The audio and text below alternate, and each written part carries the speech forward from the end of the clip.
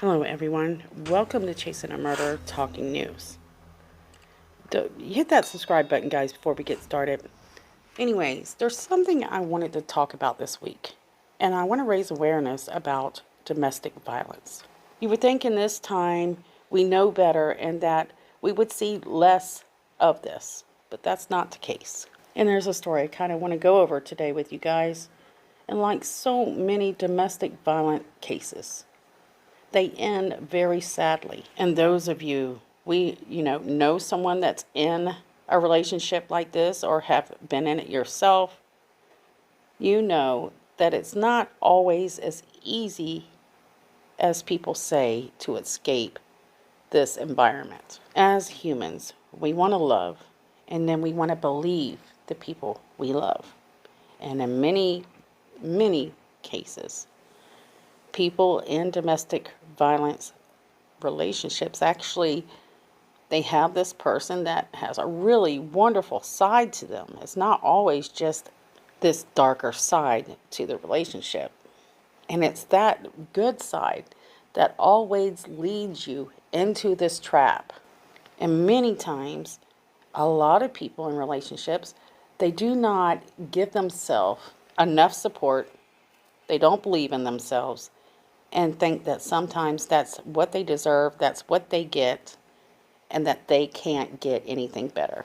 Absolutely untrue. In fact, guys, if you're in such a relationship, the one thing you need to learn, and it takes a lot of practice, is to learn to be happy with yourself. And once you're happy with yourself, things get better. So we're going to refer to this mainly because let's say, most cases in a man and woman relationship, it's usually the men that are the violent attackers. But it could be woman on woman, man on man, and woman on man. In this case, it was a man on a woman. Jaquencia Armstrong was the woman that was dealing with the domestic violence by her boyfriend at the time, Justin Hudson. You can check out the full story by Deborah Thompson. So let's start off. I'm only doing a brief overview of this story, guys, with Justin Hudson. Justin Hudson actually has a background. So in 2015, he had actually been caught in this breaking in spree in a New Horizon Park area, I think it is. And according to a woman, a victim, that he broke into her home, the woman says that she wakes up to find this guy licking her inappropriately as she was sleeping. A second woman that had actually saw this guy in her house said that she noticed that he was taking his pants off. Luckily, both women were able to escape. They're fine, but this is where he starts dealing with things where he's getting, what is it called? Where he's titled a sexual offender. Actually, Justin is actually charged with sexual battery and aggravated assault and serves 3 years in jail. He's also having to register as a sex offender. Now, where I want to take you next, now that you know this, a beautiful young woman starts dating this creep, okay? Jaquencia Armstrong. In April of I think it's 2022, don't quote me on the year, guys, on this one. She calls 911 claiming that this guy, Justin Hudson, pulled her into a car and she had to jump out. And at that point, files an order of protection. Here's a clip. And the police officer, or the dispatcher, seems to be giving her a hard time, thinking that she is going around this guy against the order of protection that she has against him. So we don't have the specifics of what happened this day. But Jaquencia's mom, Rashonda Johnson, says this. It was like the police failed, you know. You guys failed her, you know. We're told that there was actually a restraining order put against this guy back in December. April rolls along. He drags her into a car. She jumps out. And on May 5th at 10:30 p.m. on Masterson's Cove, she's in her house and someone is trying to break in. And Miss Armstrong knows exactly who it is. It's her ex-boyfriend, Justin Hudson.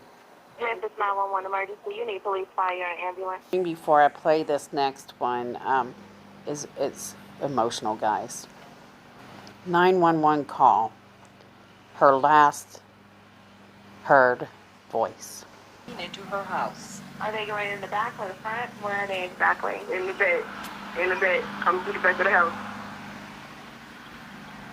They should have been here 30 minutes ago. Where they is? Police wouldn't get there in time. He just shut up. Come on. Come on. He just said what to your grandma? Ma'am? Yes. Come on. You got a gun. You're not hearing it. Okay, what did he do to your grandma? She couldn't answer. She was gone. And researching this a little bit through April Thompson's story, it seems like that I have trouble with her name, Jaquencia, had reached out to police multiple times, and she was having trouble with this guy coming back. Whether or not she would open a door for him to come back is unknown. And if she had, was it through the fact, we don't know the details, he could have manipulated her, because that's what they do. And the last thing a woman in trouble needs is to be lectured by a 911 dispatcher. I'm very upset about that. I want to reach out and say this was a great story. April Thompson, you did a fabulous job. I just hope that this story can help other women see, just how dangerous it is to keep trusting the person that keeps hurting you over and over and over. You don't want it to end this way. Her grandmother survived. She was shot in the hand. She also lived to tell the story. Because she's called. We have another guy that give multiple signs of having mental illness. Very strange behavior, yet here he is walking the streets to continue to support the people. It's not only that, it's also the fact that cops are having to be afraid for their own lives thanks to the media coverage, the negative media coverage. We really need to work on improving this country, especially restoring the trust in one another and to support one another. An update on the Dylan Rounds story. If you do not know this story, jump back to my other videos, check them out. So this is coming out of Lucin, Utah and Montello, Nevada. Lucin sits right there on the borderline where a 19-year-old, Dylan Rounds, had a dream to be a farmer. And just last month, a few months ago actually now, it's been going fast. May 28th, he tells his grandmother that morning that he had to put his grain truck up and that he would call her back. They never hear from Dylan Rounds again.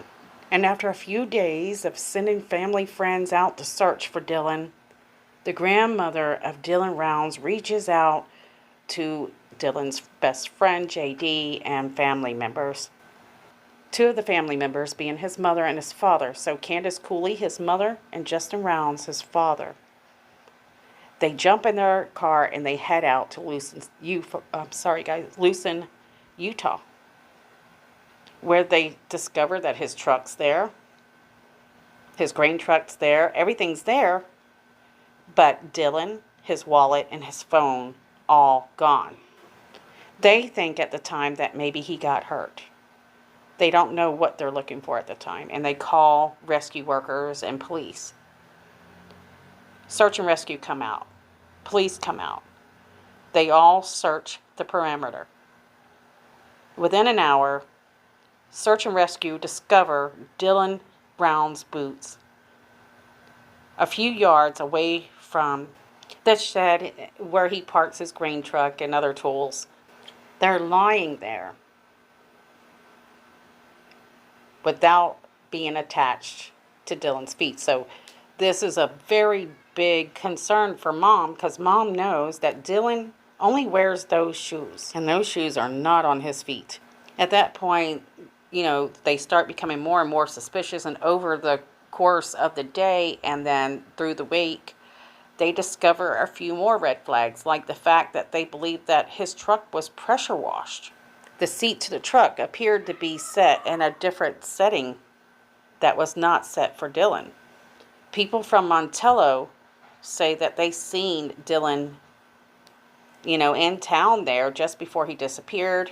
Rumors start to take off, and a few people that know Dylan, one guy goes by the name Kurt, says that people he knows contacts a psychic, and the psychic gives them an idea where Dylan is, and he reaches out to Dylan Round's mother to tell her, look, this is what a psychic says, that he's being held hostage somewhere, which ended up coming out totally different to the public. Even when the parents are talking about it, it just created a muck.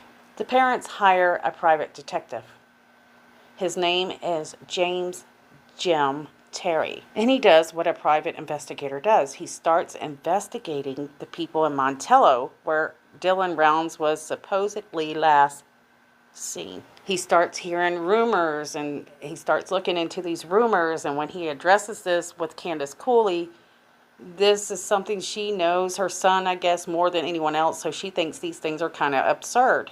Well, it ends up causing some problems between the PI and the parents, so things didn't work out between them two, and you can actually check out many YouTube channels who have Jim Terry on talking, as well as Dylan Round's mom, about the little dispute and not seeing eye to eye on which way the investigation should go. There is a lot of, they just were having trouble seeing eye to eye, so that is over with for now.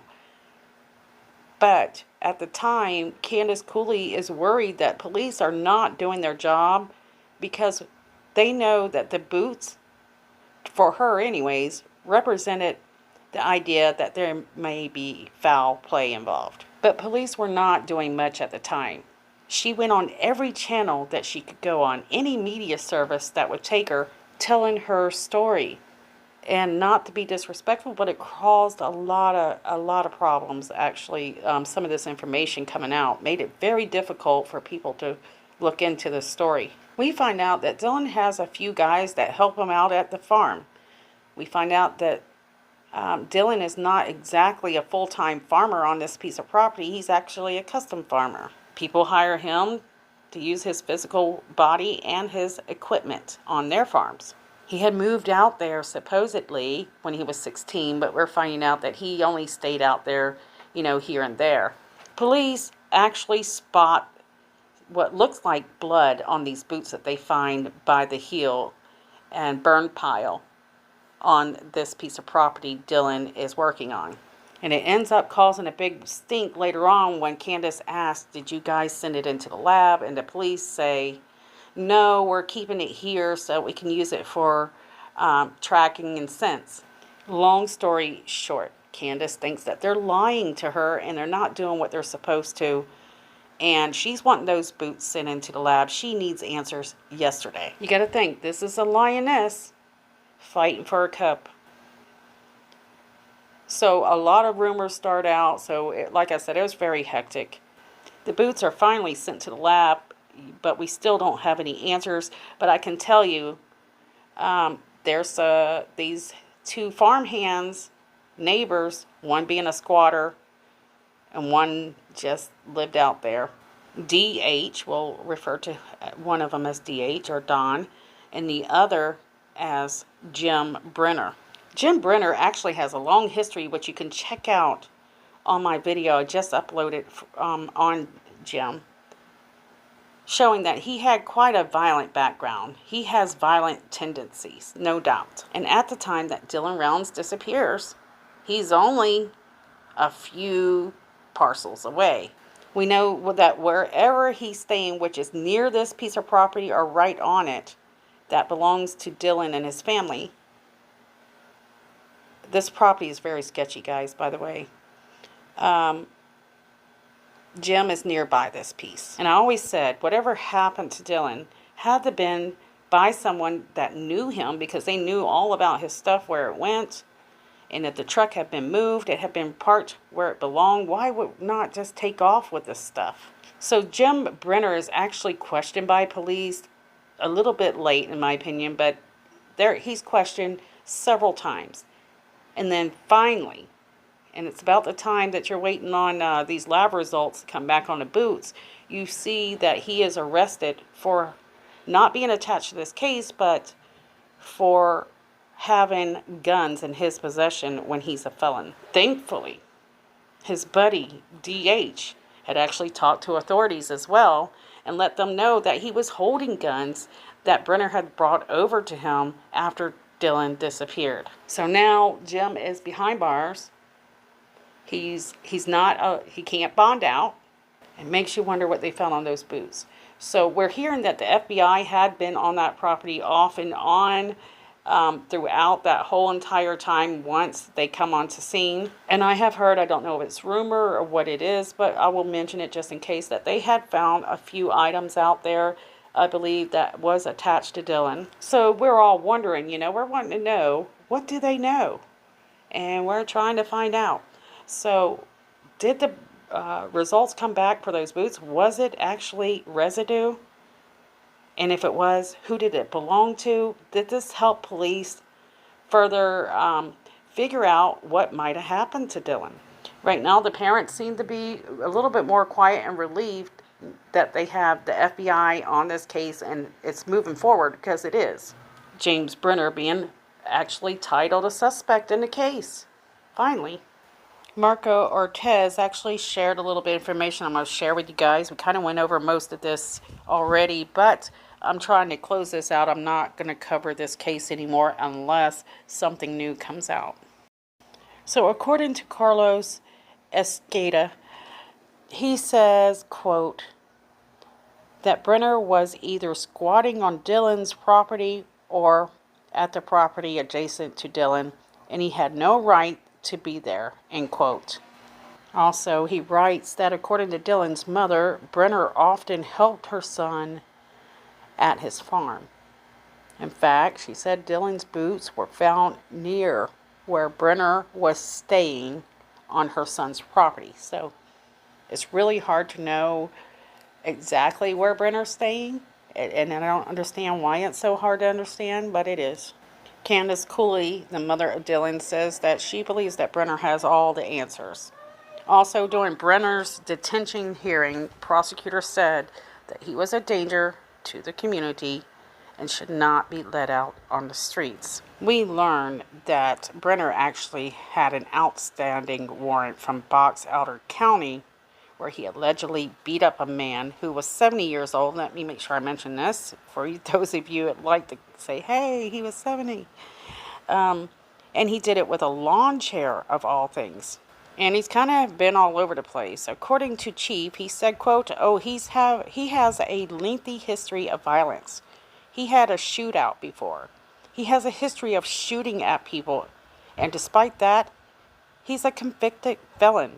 He continues to carry firearms, end quote. I also shared last video that Brenner's attorney, Tessa Hansen, said that there was an attempted murder charge in Maryland that happened 30 years ago, but the charge was dropped to a malicious shooting. So yeah, a lot of people feel that they have the right guy behind bars right now. It's just a matter of bringing all of the facts that they can gather, putting them together to tell the story. Hopefully they can find Dylan and his whereabouts. I want to say thank you, Don, for going to authorities, and also reach out to anyone in that community who may know something that can help find Dylan. There's a $100,000 reward for any information that can lead them to Dylan. And you can do this anonymously or not. I mean, it's up to you, but you can find a way to do it anonymously, guys. if, you know, your heart leads you to really open up, do so.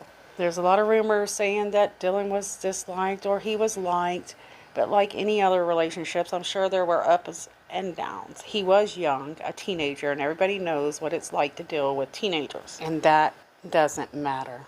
No matter what, he deserves to come home to his family. Alrighty, guys. Thank you so much for your support. Love you guys. And those of you that have been helping on Patreon, who share, who like, who comment, I love you guys so much. Thanks so much for watching, guys, and I'll see you guys soon.